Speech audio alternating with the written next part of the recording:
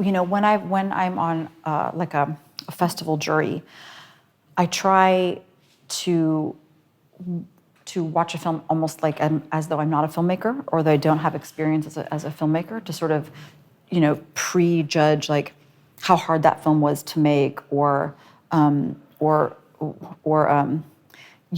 with a better camera it could have been this, or with a better tripod it could have been this. I really try to kind of be really open and let the film, just sort of come to me, and sort of either, maybe not touch the surface, maybe get deeply into the surface.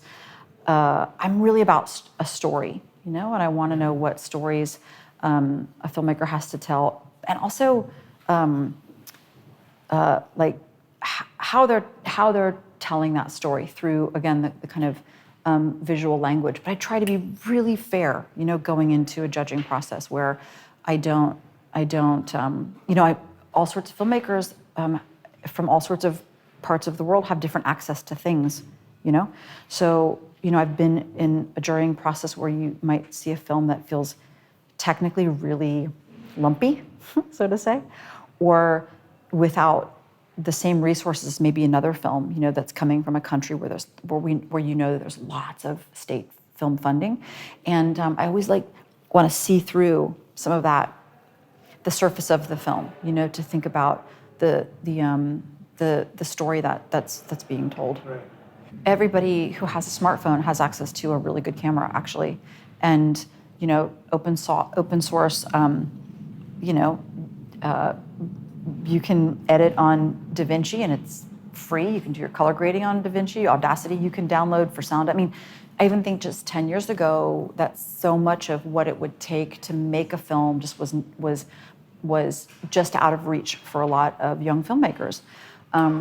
So you have the gear, and people like to fetishize the gear and the software. So there's no need to do that anymore. You can really make the film. And because there are platforms in the world beyond film festivals, and right now every single corner of every tiny city on the entire planet has a film festival, and so there could be a range from no entry fees to maybe an entry fee that you can't afford.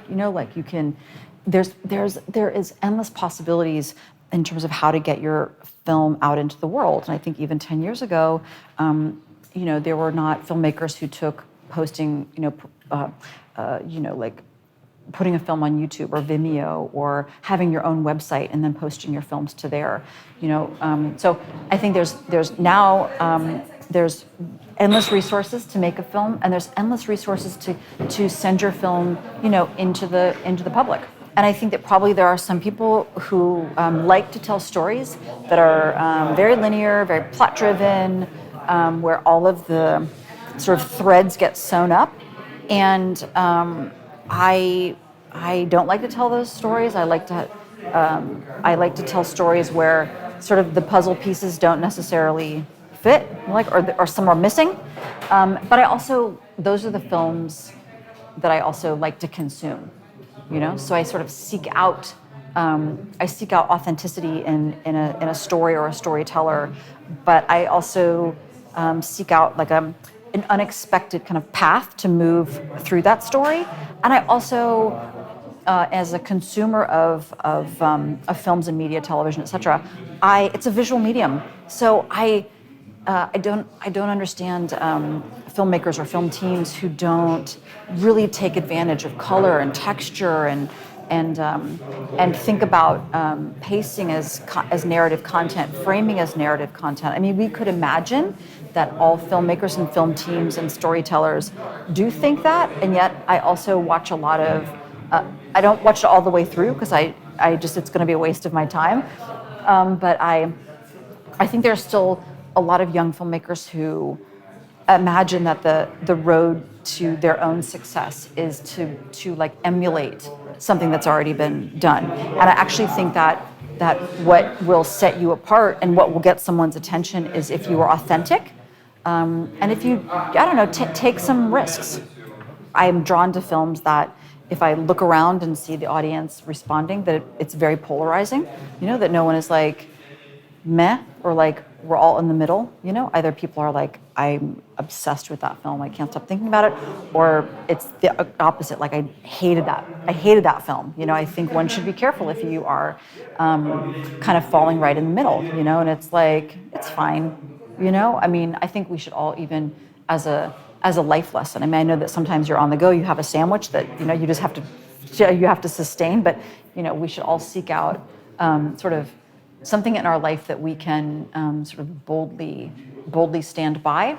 And, I appreciate films actually where they, especially if it's a film that is very like culturally specific, which you see so much of here at the Berlinale, and that maybe I feel like in the first viewing, I can't access it because it's a culture that I haven't experienced directly. It's a culture that maybe I don't know much about. And instead of, dismissing it and moving on, right? We all owe it to filmmakers like that to sort of like do the homework, you sort of stop and you're like, yeah, like, what is the history of Burma or, whatever, or what is the history of sort of like queer relationships in South America, or who knows, it's like, it doesn't take that much to like find a connection to a film with a little bit of extra work. Films are culture, films are art, films are education, and especially if it's something that I feel like the like there's parts of the film that I'm able to access that feel maybe like universally human. But I also think that, again, it goes back to sort of authenticity. If a filmmaker is being authentic, they might make something that feels like it's not for every audience member in terms of access. But I always find like I don't mind, doing a little extra work. I don't think I coined this phrase, but I always like to say short films are people too. And I've loved when we've been as the jury in the audience watching these blocks of shorts that it's sold out. They're sold out. So. People are interested in short films. I think what I love about short films, both making them and watching them, is that storytellers can make moves in a short film that would sort of never pass, in a feature, because audiences are willing to work so much harder to kind of like fill in some of the, not gaps in a lacking way, but fill in some of the narrative or tie up some of their own narrative threads in short films, and I think that short films are we don't have to compare them. You don't have to compare like the short film to the feature and which is better. I think it's like a you can't compare a poem to a novel, which we don't in the literary world, but in the film world, it's a little bit like, well, when are you going to make your feature? That might have been more interesting if it was a feature. We do this disservice, especially to the shorts. And I think that a short film for a young filmmaker is a great way to like really begin to sort of like find your feet and find your voice. And I'm a filmmaker who's made, for better or for worse, lots and lots and lots of short films, and I have never kind of like fetishized the feature, even though I've really loved the success that I've had from feature films, and it's definitely opened up an audience. But there are so many ideas that I still have on a daily basis, minute by minute, where I'm like, oh, that's another idea for a short film. It should never be a feature. It's just short. So we have to, prioritize, the short film, and not only as makers but as consumers love the short films. And so at this 2024 Berlinale, I've loved that the shorts blocks have been packed. So short films are people too.